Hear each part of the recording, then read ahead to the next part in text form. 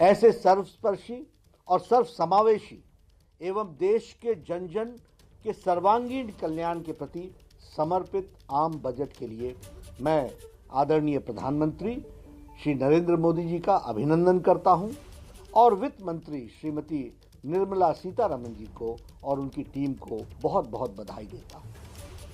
Health and wellbeing, financial capital, inclusive growth, human capital, innovation and R&D, minimum interventions इस budget के स्तंभ हैं जो भारत के हर क्षेत्र के विकास पर आधारित हैं। इंफ्रास्ट्रक्चर डेवलपमेंट पर विशेष फोकस किया गया है। स्वास्थ्य क्षेत्र में सुधारों को आगे बढ़ाया गया है। इंश्योरेंस सेक्टर में FDI की नीति में बदलाव किया गया है। MSME सेक्टर को मजबूती प्रदान की गई है। 7 मेगा टेक्सटाइल पार्क की स्थापना की जाएगी जो परिवर्तन लाएगा।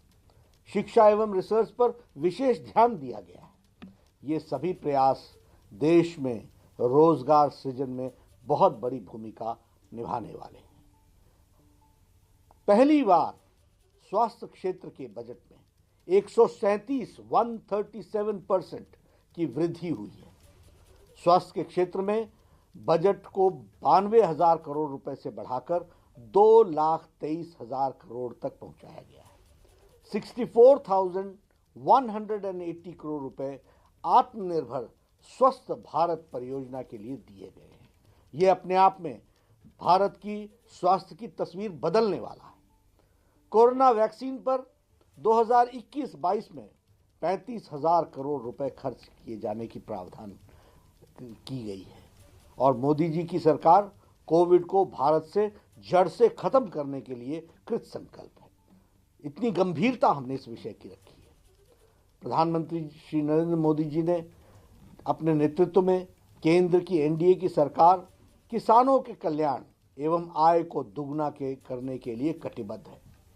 MSP बढ़ाकर उत्पादन लागत का 1.5 गुना किया गया है।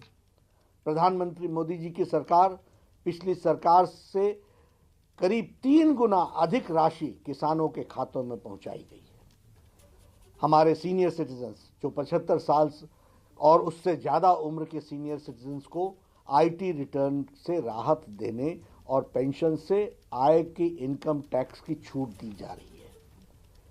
सभी के लिए घर हमारे लिए प्रायोरिटी का विषय है। होम लोन पर ब्याज में 1.5 लाख रुपए की कटौती के प्रावधान को 31 मार्च 2022 तक बढ़ाया गया है। अगर 1938 में चले आ रहे इंश्योरेंस एक्ट में बदलाव एक सकारात्मक कदम है जो बहुत दिनों से चर्चा में था लेकिन किया नहीं गया था। उसे प्रधानमंत्री मोदी जी ने आज उसमें परिवर्तन किया है।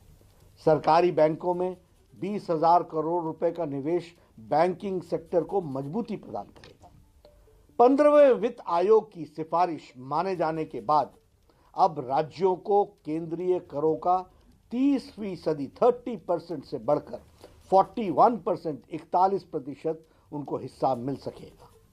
कैपिटल एक्सपेंडिचर के लिए हमारे 5.54 लाख करोड़ रुपए खर्च किए जाएंगे और उसका प्रावधान किया गया है जो कि पिछले बजट से 30% अधिक है, 30% अधिक है। इसके अतिरिक्त राज्यों और स्वतंत्र बॉन्डेज यानी बॉन्ड्स भरने का भी उनको 2 लाख करोड़ रुपए दिए जाएंगे। हमारे स्वच्छ जल के लिए देश भर में अगले 5 वर्षों में 2.87 लाख करोड़ रुपए का प्रावधान किया गया है।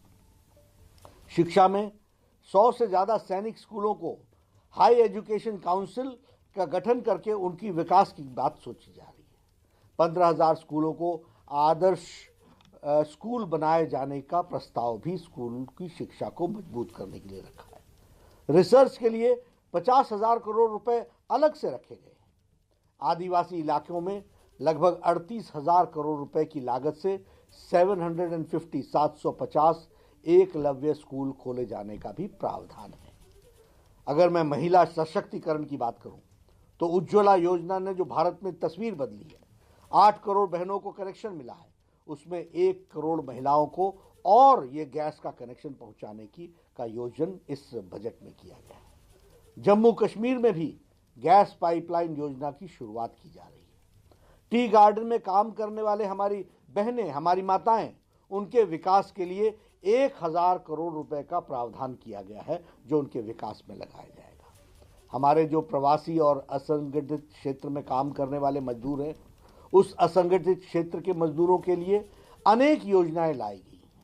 देश भर में एक देश में एक राशन कार्ड योजना लागू होगी। यह हमारे मजदूरों के जीवन में बहुत बड़ा परिवर्तन लाएगा। वो गांव छोड़ करके दूसरे स्थान पर काम करने के लिए जाता है, उसे वहां राशन उपलब्ध हो सकेगा, सस्ता राशन, इसकी व्यवस्था की जा रही है। एमएसएमईज के लिए 15,700 करोड़ रुपए का बजट कोरोना संक्रमण के समय छोटे, लघु, सूक्ष्म एवं मध्यम उद्योगों को मजबूत करने की योजना रखी गई है।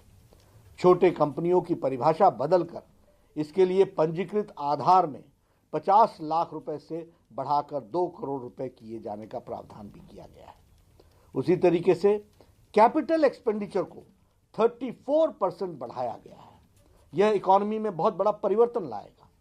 ग्रामीण क्षेत्र में इंफ्रास्ट्रक्चर के विकास के लिए जो आवंटन किया जाता है, उसे बढ़ाकर 40,000 करोड़ रुपए किया गया है। रेलवे के लिए 1.10 लाख करोड़ रुपए, सड़क परिवहन मंत्रालय के 1,18,000 करोड़ रुपए अतिरिक्त प्रावधान किए गए हैं। बिजली से जुड़े इंफ्रास्ट्रक्चर को मजबूत करने के लिए 3 लाख करोड़ रुपए की अधिक लागत से स्कीम को लॉन्च किया जा रहा है। ये बताता है कि सबका साथ, सबका विकास और सबका विश्वास के मंत्र से प्रेरित होकर बजट ये हमारा 2021-22 का आया है। यह गरीबी, किसानों, हमारे जो मध्यम वर्ग के लोग हैं, उनको मजबूती प्रदान करने के लिए और राज्य के कोषीय घाटे को काफ़ी हद तक सीमा में रखने वाला, देश के आर्थिक गति को तेज करने वाला बजट है।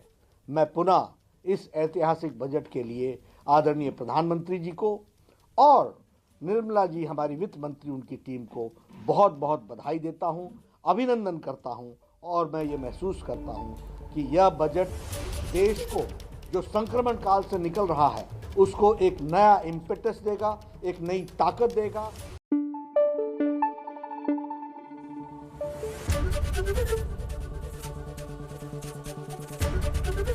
एबीपी न्यूज आपको रखे आगे।